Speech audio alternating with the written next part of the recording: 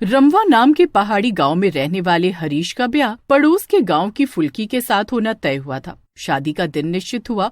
सुबह के 4 बजे का समय था। अरे भैया, बहुत गर्मी है, गला सूख रहा है। आप कहो तो पेड़ की छांव के नीचे बैठकर 2 घड़ी सुस्ता ले, उसके बाद बारात को आगे बढ़ाएं। अच्छा ठीक है, तुम थोड़ा आराम कर लो, बारात भी रुककर यहाँ पर जलपान कर लेगी। थोड़ा सुस्ताने के बाद बारात को आगे बढ़ाएंगे। एक घना पेड़ देखकर बारात वहाँ पर रुक जाती है। अचानक बारातियों को कहीं दूर से घोड़े के पैर की आवाज सुनाई देने लगती है। बाबूजी, ये कैसी आवाज सुनाई दे रही है जंगल की तरफ से? ऐसा लग रहा है जैसे घोड़े दौड़ते हुए इसी ओर आ रहे हो। हमें भी कुछ समझ में नहीं आ रहा बेटा, इतने सारे घोड़े एक साथ दौड़ते हुए इस ओर क्यों आएंगे? सभी बारातियों में दहशत का माहौल बन गया था। अपनी आंखों के सामने हथियार बंद डाकुओं को खड़ा देख सभी बारातियों के पसीने छूटने लगे थे। कोई शोर नहीं मचाएगा, चुपचाप अपने गहने और कीमती सामान उतार कर यहाँ रखो और जाओ यहाँ से। जरा भी होशियारी करने की कोशिश की तो अपनी जान से हाथ धो बैठोगे। डाकू की बात सुनकर बारी बारी से सभी बाराती कीमती जेवर, गहने और रुपए वगैरह डाकू के पास रखकर वहां से अपनी जान बचाकर भागने लगते हैं। सभी बाराती चले गए, लेकिन मैं अपनी फुल्की को छोड़कर कहीं नहीं जाऊंगा। तेरे पास 2 रास्ते हैं, या तो तेरी फुल्की के साथ मैं तुझे भी इसी जंगल में गाड़ दूंगा, या फिर तू चुपचाप अपनी जान बचाकर यहाँ से निकल जा। भूल जा कभी तेरी शादी भी हुई थी। डाकू की धमकी सुनकर हरीश दुम दबाकर वहां से भाग जाता है। इधर अंदर डोली में बैठी फुल्की की नींद लग जाती है, जिसके कारण उसे कुछ पता ही नहीं चलता कि बाहर क्या चल रहा है। कुछ देर बाद फुल्की की आंख खुलती है तो वो अपने आप को कुछ अनजान लोगों के बीच में पाती है। कौन हो तुम लोग? मेरी शादी तो हरीश के साथ हुई थी, मेरा दूल्हा कहाँ चला गया? मेरी बारात कहाँ है और आप लोग कौन हो? अरे कौन दूल्हा? वही डरपोक। अरे अपनी जान बचाने के लिए तेरी जान का सौदा करके चला गया वो, अब तू हमारी है। डाकुओं की बात सुनकर फुल्की बहुत घबरा जाती है। देखो, तुम्हें ये गहने चाहिए तो रख लो, लेकिन मुझे जाने दो। फुल्की डाकुओं से बचने के लिए पहाड़ों में दौड़ लगा देती है और वहीं से फिसलकर नीचे खाई में गिर जाती है, जिसके कारण उसकी मौत हो जाती है। फुल्की मर तो गई थी, लेकिन मरने के बाद उसकी आत्मा को शांति नहीं मिलती और वो एक चुड़ैल का रूप ले लेती है। रमवा गांव में आज बिरजू की शादी थी। बिरजू की शादी में जाने को गांव के लोग बहुत उत्साहित थे। अरे बिरजू भैया, कुछ मिठाई भी बनवाए हो या नहीं? अरे मैं तो आज जमकर लड्डू और जलेबी खाने वाला हूँ। हाँ, अरे भैया, लड्डू जलेबी के साथ रसगुल्ले भी बनवाए हैं, आप सब जमकर खाओ। लेकिन अब जल्दी से तैयार हो जाओ, बारात निकलने का समय हो गया है। रास्ते में जंगल पार करके जाना पड़ता है, याद तो है ना? अरे हाँ हाँ, ठीक कहते हो भैया, समय से बारात नहीं चली तो बड़ी समस्या हो जाएगी। बिरजू और उसके दोस्त जल्दी जल्दी बारात की तैयारी करते हैं और नाचते गाते बारात गांव से निकल पड़ती है। बिरजू बार बार सबको बारात जल्दी आगे बढ़ाने को कह रहा था, लेकिन गांव वाले तो नाचने गाने में इतने मस्त थे कि बिरजू के समझाने पर भी बारात जब तक जंगल तक पहुंचती है, दिन ढल जाता है। अरे कौन समझाए आजकल के लड़कों को, कहते कहते थक गए हम कि थोड़ा जल्दी जल्दी बारात आगे बढ़ाओ, लेकिन इनका तो नाचना गाना ही खत्म नहीं होता। अब देखो अंधेरा हो गया है, अब अंधेरे में तो रास्ता भी समझ नहीं आ रहा कि बारात किस तरफ को ले जाएं।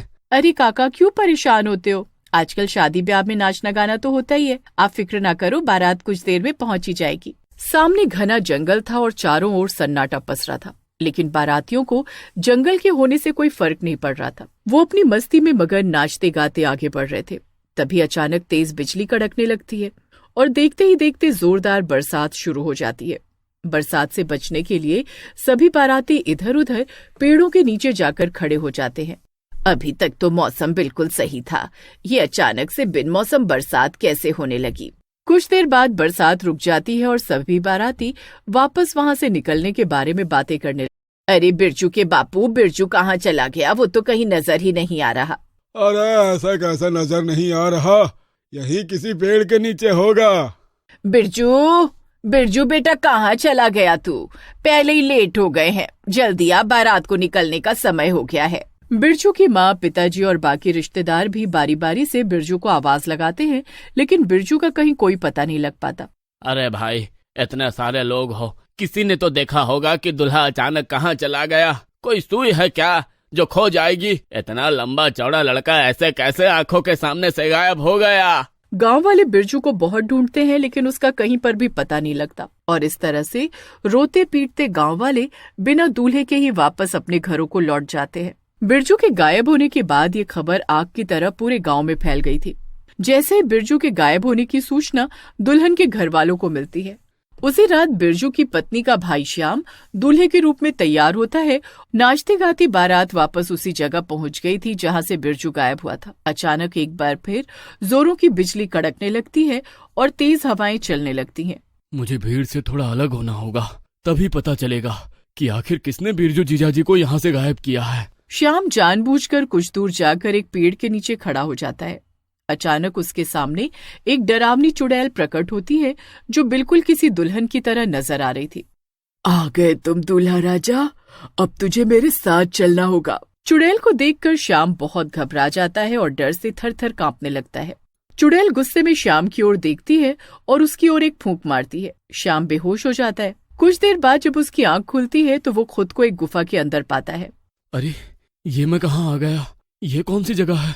मुझे तो लगता था जीजाजी को जरूर कोई चोर डाकू उठा ले गया होगा, लेकिन मैं तो एक चुड़ैल के चक्कर में फंस गया। श्याम घबरा रहा था, तभी उसकी नजर पास में रस्सी से बंधे बिरजू पर जाती है।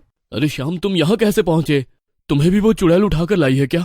हाँ जीजाजी, मैं आपको बचाने के लिए यहाँ आया था, लेकिन खुद चुड़ैल के चंगुल में आ गया। लगता है अब ये चुड़ैल हम में से किसी को नहीं छोड़ेगी। लेकिन हमने इस चुड़ैल का क्या बिगाड़ा है? तुम सब के सब एक जैसे ही होते हो। इससे पहले कि तुम किसी लड़की से शादी करके उसकी जिंदगी खराब करो, मैं तुम्हें उठाकर यहाँ ले आई हूँ। जिस तरह से मेरे साथ हुआ, मैं ऐसा और किसी के साथ नहीं होने दूंगी।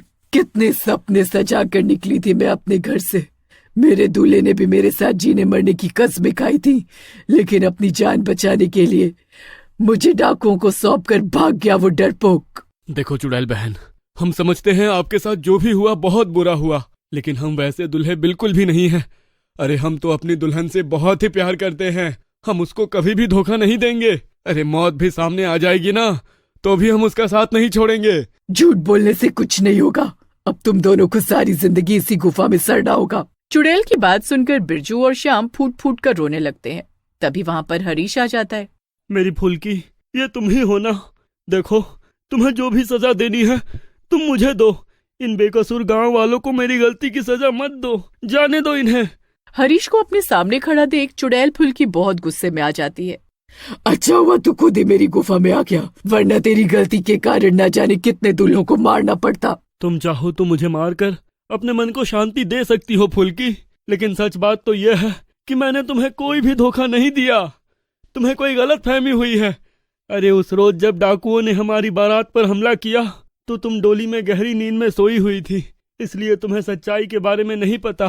मैंने डाकुओं से बहुत विनती की थी कि वो तुम्हें भी हमारे साथ जाने दे, चाहे तो उसके बदले हमारा रुपया, पैसा, धन दौलत सब कुछ ले ले, लेकिन वो लोग नहीं माने और मुझे और मेरे परिवार को जान से मारने की धमकी देने लगे।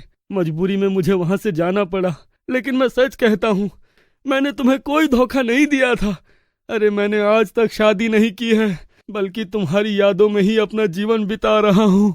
हरीश की बात सुनकर फुल्की का गुस्सा शांत हो जाता है और उसकी आत्मा को शांति मिल जाती है। उस दिन के बाद से जंगल से दूल्हों के गायब होने की घटनाएं भी बंद हो जाती हैं।